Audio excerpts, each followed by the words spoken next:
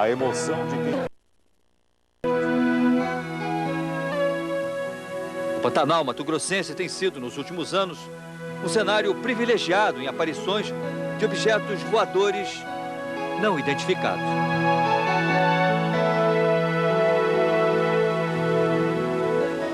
O jornalista e ufólogo Ademar Givaer há 10 anos que investiga esses fenômenos no Pantanal.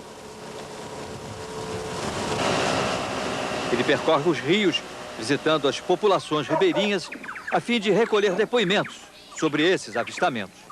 Aí eu abaixei para segurar a canoa, para eles subirem, né? Quando eu virei assim, eu deparei com um vulto, uma bola de fogo, exagerada, né? E saiu nesse sentido aqui. Essas histórias são depois reproduzidas na revista dirigida por Givaer, que recebe mensalmente dezenas de cartas e fotografias sobre objetos voadores não identificados. Você recebe material de todo o Brasil. Quais as fotos que você considera mais importantes e que você mantém guardadas no seu arquivo? Nós recebemos fotografias das mais diversas. Essa aqui, por exemplo, é uma fotografia muito interessante, feita em Recife, há alguns anos atrás, e mostra um Boeing 727 de uma companhia nacional decolando no Aeroporto Internacional de Recife, enquanto um objeto voador não identificado, em forma de disco, que ninguém viu, aparece a cerca de 60 metros da cabine de comando do avião. Essa outra fotografia foi obtida de dentro do pátio da Embaixada da França em Brasília, por uma funcionária. Mostra um objeto intensamente iluminado entre as nuvens. É uma fotografia realmente impressionante. Todo o material divulgado pela revista é antes analisado pelo engenheiro eletrônico Claudeir Covo, para saber se se trata de uma fraude ou de um flagrante autêntico. Claudeir, com a ajuda do computador, examina sempre os negativos para verificar se não houve algum truque durante o processo de revelação. Com a sua experiência, bateu o olho e você já sabe se a foto é falsa ou verdadeira. Em alguns casos, sim. Por exemplo, casos de reflexo, como esse exemplo, só de bater o olho já percebe-se que trata-se de um reflexo. E essa aqui que parece mais um charuto? Essa fotografia ocorreu próximo ao aeroporto de Congonhas, aqui em São Paulo, em 1976. Tomamos conhecimento da foto, pegamos o depoimento da pessoa e depois fomos ao local fazer uma série de análises.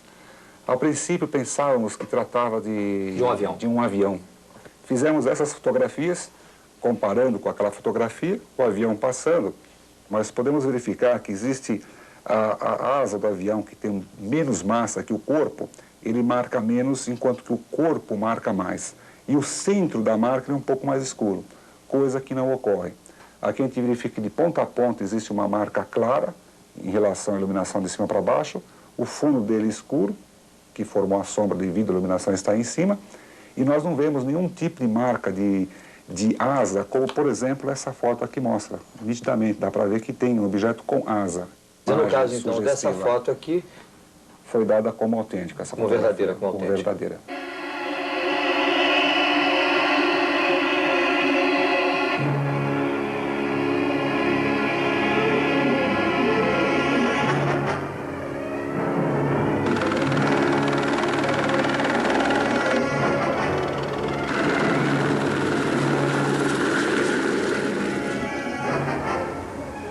Foi apenas um helicóptero, mas muita gente acredita que qualquer ponto de luz que aparece no céu sem uma razão aparente é um disco voador. Pode ser um balão, um satélite, uma estrela cadente ou até mesmo um fenômeno eletromagnético. Atualmente, o Brasil ocupa o 2º lugar no ranking mundial de aparições de objetos voadores não identificados. Mas tanto no Brasil como nos outros países, 90% dessas aparições são consideradas fraudes ou simples erros de interpretação. Agora, sempre que você observar qualquer ponto de luz no céu, preste muita atenção, porque pode ser um disco ou apenas um balão. Antônio Zuccarelli teve a certeza de que o que ele viu não foi um balão. Na noite de 19 de abril de 1991, ele gravou essa imagem sobre a cidade de São Bernardo do Campo. Mas eu não queria... Rose Rago estava com o marido em Curitiba quando conseguiu documentar este objeto em janeiro de 1991. Para Rose, o que ela viu no céu era um disco voador. A empresária Aline Ferreira estava reunida com um grupo fazendo meditação na Chapada dos Guimarães, em Mato Grosso, quando teve uma surpresa. No que a gente abriu o círculo e olhou para cima, tinha um OVNI em cima da gente, bem perto. Pelo cálculo que o Claudeio fez, mais ou menos a uns 1000 metros acima da cabeça da gente. E qual foi a sua emoção? Então, na verdade, foi violenta, se você quer saber, viu? Ela reagiu assim na hora da gravação. Estou sentindo uma emoção muito grande. Percebo que o quadro da filmadora está parado. E ela pula. É a coisa mais linda deste mundo. Meu Deus, como é lindo isto. Nada do que eu possa igualar, dizer para você como emoção, não vai se equiparar ao que foi aquela hora. Foi, assim, sublime demais. É uma coisa inesquecível. Para chorar mesmo, viu? Porque foi lindo demais. Mas de todos os avistamentos documentados no Brasil, o que realmente fascinou os ufólogos brasileiros foi este, ocorrido em 1992, em Casimiro de Abreu, no estado do Rio. Ele acende, ele faz um monte de coisa. O ufólogo Marco Antônio Petit, que pesquisa essas aparições, diz que nunca viu nada igual. O que está observando nesse filme, possivelmente, é a base do objeto. O objeto mesmo não está visível diretamente. E qual seria, no caso, o tamanho desse disco, já que a gente está vendo apenas a base iluminada? Olha, ele poderia chegar a ter até mais do que 15 ou 20 metros. De diâmetro? De diâmetro no seu eixo maior. Certamente nós estamos diante de um dos melhores filmes já feitos no Brasil nos últimos anos, documentando os chamados discos voadores. Todas as análises feitas em cima do mesmo confirmaram a sua autenticidade.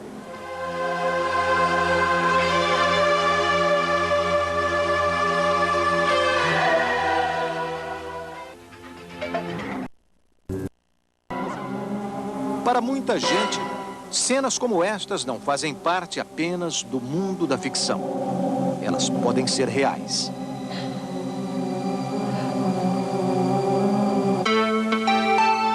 Uma pesquisa do Instituto Gallup, feita há 3 anos, revelou que 1 em cada grupo de 7 americanos diz que já viu um disco voador.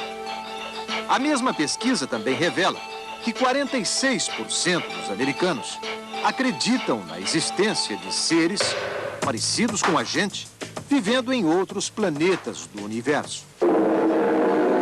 E mais, 5 em cada 10 pessoas nos Estados Unidos acreditam que o contato entre seres de outros planetas, os ETs e os habitantes da Terra, vai acabar um dia acontecendo, se já não aconteceu.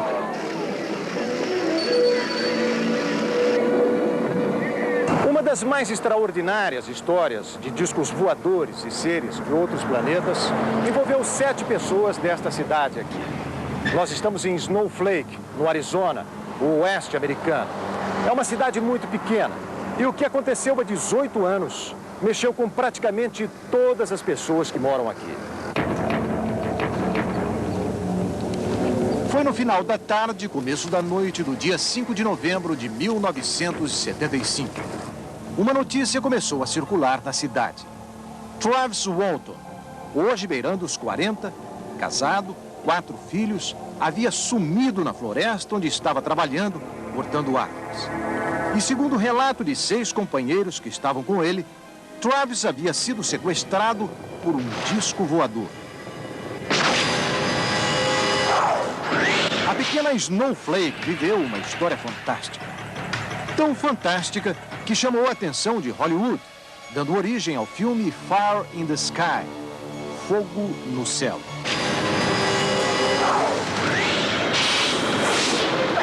O filme conta o sequestro de Travis Walton. Exatamente como ele me contou nesta entrevista. Nós estávamos em 7 na caminhonete cabine dupla, voltando para casa. Estava começando a escurecer, todo mundo cansado. E vimos uma luz vindo entre as árvores. Sentimos uma coisa estranha nessa luz. Ninguém disse nada, ficou um silêncio. Todos olhando na mesma direção. Travis pensou que fosse fogo, talvez um incêndio na floresta, talvez um desastre de avião, Quando avançamos um pouco, disse ele, vimos a fonte da luz e aí começamos a ouvir um ruído. E pudemos ver o objeto. No filme, no papel de Travis, o ator D.B. Sweeney. Ele fica paralisado, maravilhado com o que vê. What is that? I don't know what that is. It's a UFO or it's a spaceship, something like that. Era um disco. Você podia ver o contorno dele. Estava a uns 6 metros de altura. Irradiava muita luz. Uma luz dourada. Eu estava curioso em ver aquilo de perto. O pessoal gritava de dentro da caminhonete para eu sair dali. Eu queria chegar mais perto. Havia um barulho, uma vibração estranha. Não uma coisa que você ouve, mas uma coisa que a gente sente. The hell is that? Back in the truck! A coisa começou a mexer assim. Fiquei assustado e pulei atrás de um tronco de árvore caído para me proteger. Foi aí que eu achei que devia mesmo dar fora. Quando me levantei, alguma coisa me bateu, me atingiu. Foi como um choque elétrico. Eu desmaiei. Os companheiros de Travis que ficaram na caminhonete dizem que foi uma descarga elétrica vinda da parte de baixo do disco. Mike Rogers, que estava na direção da caminhonete, fala que a descarga do raio foi tão forte que jogou o corpo de Travis para o ar, uns 2 metros de altura. E quando ele caiu no chão, parecia morto. Ficaram apavorados e saíram para a estrada buscando socorro. O xerife duvidou da história deles, mas colocou mais de 100 homens a cavalo na floresta, com a ajuda de helicópteros, na tentativa de encontrar Travis. A polícia não encontrou nenhum sinal do disco voador, nem de Travis. Ele simplesmente desapareceu. Os companheiros dele foram acusados de assassinato. A polícia acreditava que, na verdade, eles queriam matar Travis e inventaram a história do disco voador. Suspeitos de assassinato, os companheiros de Travis passaram por um detetor de mentiras. O resultado espantou o xerife. Nada indicava que aquilo era uma invenção, uma fantasia. O aparelho apontava. Aqueles homens não estavam mentindo. Travis tinha sido sequestrado pelos ocupantes de um disco voador. A partir dali, tudo parece muito confuso na memória deste homem.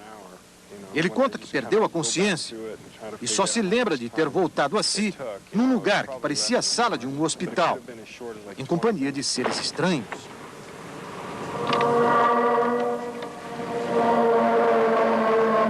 Como eram eles?